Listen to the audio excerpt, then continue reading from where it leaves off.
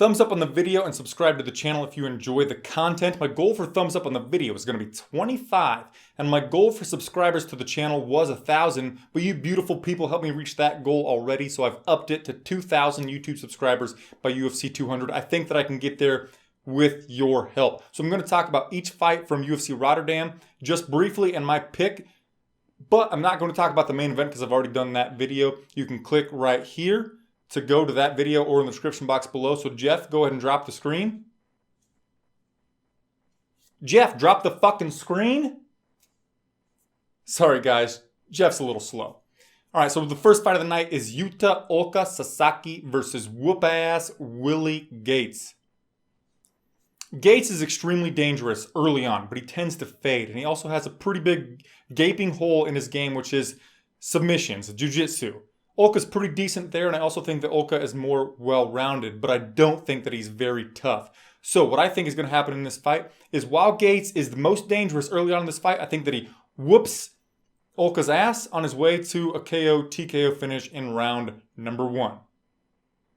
Welterweight fight between Leon Rocky Edwards and Dominic Shonov Waters. This is the first time that Waters isn't taking the fight on short notice. He's known that he's going to fight Leon Rocky Edwards since March, but I'll still be interested to see what he can do with a full camp. He should have a slight grappling advantage over Edwards, but I don't think that it's going to matter. I think that Edwards pieces him up on the feet en route to a second round KO or TKO stoppage.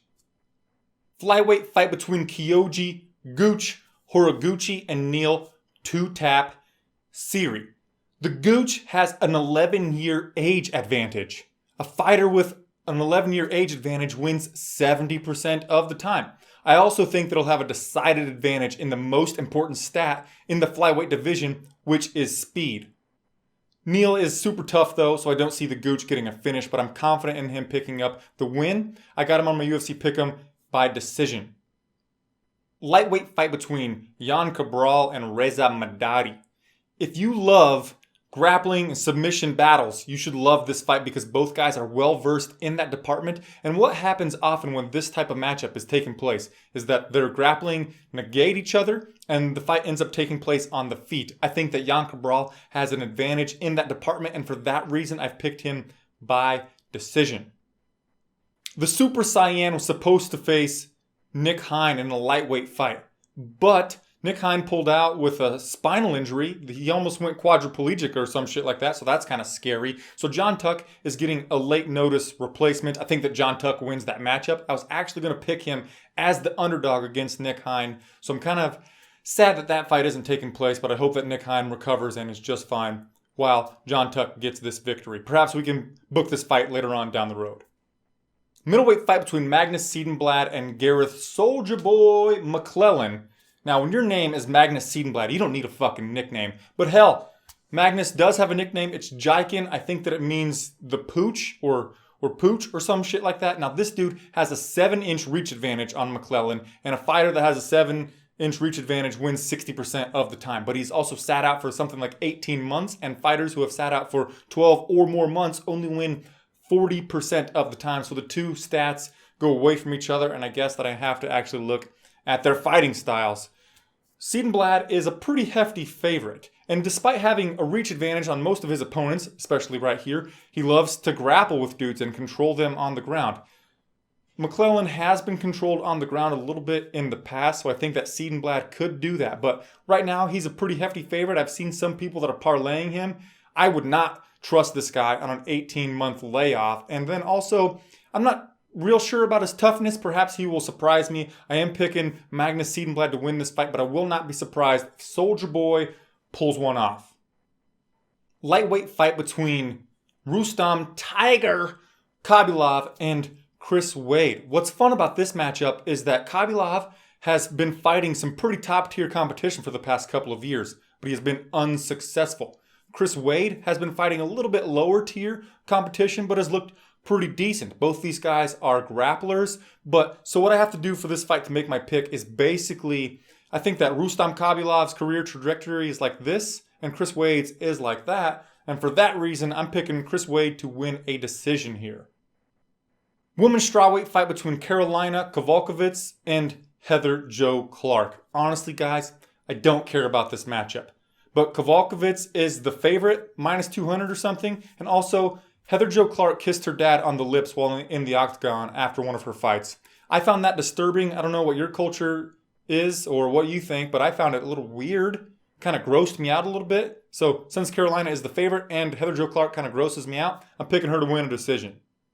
Nikita, Al Capone, Krylov versus Francimar Barroso. Now this is extremely fun because among hardcore fans, Nikita Krylov is loved by pretty much everybody. Why, you ask? Because he throws his inhibitions to the wind. He gets in there. He gets a little crazy. Maybe too crazy at times, but whatever. The dude is extremely fun to watch. And also that he sent that picture of himself dressed like Al Capone to UFC, that was strange, but fun as hell. Francimar Barroso should be a little bit more well-rounded than Nikita Krylov, but he doesn't throw as many diverse striking attacks, especially early on. What Barroso likes to do is wait, throw a heavy right hand. I think that while Krylov is getting a little bit Looney Tunes in there in the first round, I think that he stops Barroso with a head kick or some shit. KO, TKO, round number 1 is my pick, but I will not be surprised if it goes past the first round and then Barroso gets a decision victory. Women's strawweight fight, Germaine, the Iron Lady, Randamie versus Elmose. Now, Randamie is a heavy favorite, and I honestly didn't do any film study on this fight because I don't really care about the outcome too much, but since the Iron Lady's a heavy favorite, might as well pick her via decision. Welterweight fight between Albert Einstein Tumenov and Gunnar Gunny Nelson. This is probably my most look forward to fight on the card. How exciting is this matchup? It's a really close on the odds, and it could mean something for the division going forward. If this fight goes to the ground, Gunnar Nelson should have a decided advantage there. If he stays on the feet, we would think that Einstein would have a decided advantage. I don't know what's going to happen, but I do think that Einstein uses some pretty solid takedown defense that we've seen in the past to keep this thing standing. But if somehow Gunnar Nelson gets it to the ground, I would think that he could submit Einstein Tumenov. I know that Damian Maia made Gunnar Nelson look average in the jiu-jitsu department, but it's Damian fucking Maia. That guy is the best in jiu-jitsu probably on UFC's roster, any weight class. I do think that Einstein keeps it on the feet though, pieces him up there on his way to a decision. And if it were a stoppage, I would see it being later on as an accumulation of strikes rather than a one punch rocking Gunnar Nelson or knocking him out. Anyway, I've got Einstein by decision on my UFC pick'em. Let's move on to the co-main event of the evening and the last fight that I'm going to talk about on the video. We've got Antonio Bigfoot Silva versus Stefan the Skyscraper Struve.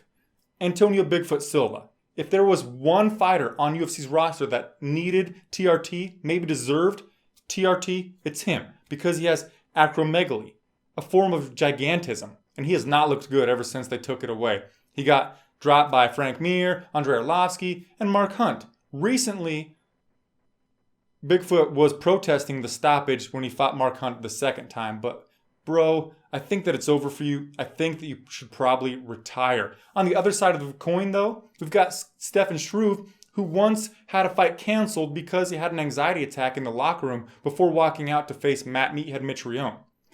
And he hasn't looked good since he fought and beat Stipe Miocic. So both of these guys are fade-worthy for me. Skyscraper is like minus 225. I just can't justify putting that on him because I would fade him. But I do think that he wins this fight. I do think that he wins this fight early. I kind of feel bad about it, but I think that Bigfoot should probably hang it up. So my pick for the co-main event on my UFC pick'em is Skyscraper Struve by KO or TKO in round number 1. Now let me give you 3 of my most confident picks on the fight card. I know that the line's pretty close, but I'm feeling pretty good about whoop-ass Willie Gates.